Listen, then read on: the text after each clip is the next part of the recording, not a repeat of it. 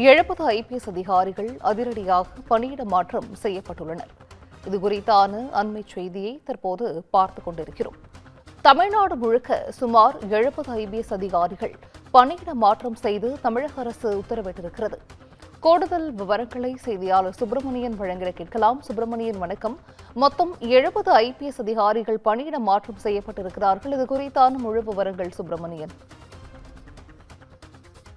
3 ஏடிஜிபிக்கள் டிஜிபிக்களாகவும் 7 ஐஜிக்கள் ஏடிஜிபிக்களாகவும் பதவி உயர்வு வழங்கி தமிழக அரசு உத்தரவிட்டிருக்கிறது.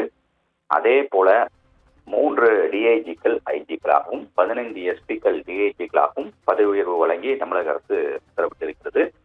ஒவ்வொரு ஆண்டும் ஜனவரி மாதம் காவல்துறை அதிகாரிகளுக்கு பதவி உயர்வு என்பது வழங்கப்படுவது வழக்கம். சீனியாரிட்டி அடிப்படையில் அவர்களுக்கு பதவி உயர்வு வழங்கப்பட்டு வருகிறது. அதன் அடிப்படையில் இந்த ஆண்டும் பதவி உயர்வு வழங்கப்பட்டு பணியிட மாற்றம் என்பது செய்யப்பட்டிருக்கிறது. மொத்தம் 70 காவல்துறை அதிகாரிகளுக்கு பணியிட மாற்றம் என்பது செய்யப்பட்டிருக்கிறது. தேர்தல் நெருங்கும் நேரத்தில் இந்த பணியிட மாற்றம் என்பது முக்கியத்துவம் வாய்ந்ததாக காவல்துறை தரப்பில் சொல்லப்படுகிறது. குறிப்பாக சட்டம் ஒழுங்கு ஏடிஜிபியாக இருந்து வந்த டேவிட்சன் தேவாசீர்வாதம் டிஜிபியாக பதவி உயர்வு பெறப்பட்டு அவர் ஆயுதப்படை பிரிவு டிஜிபியாக இடமாற்றம் செய்யப்பட்டிருக்கிறார்.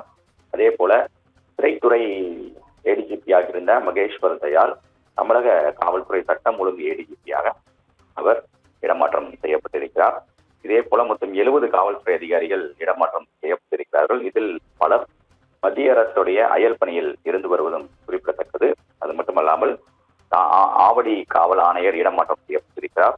மேலும் தாம்பரம் காவல் ஆணையர் இடமாற்றம் செய்யப்பட்டிருக்கிறார்.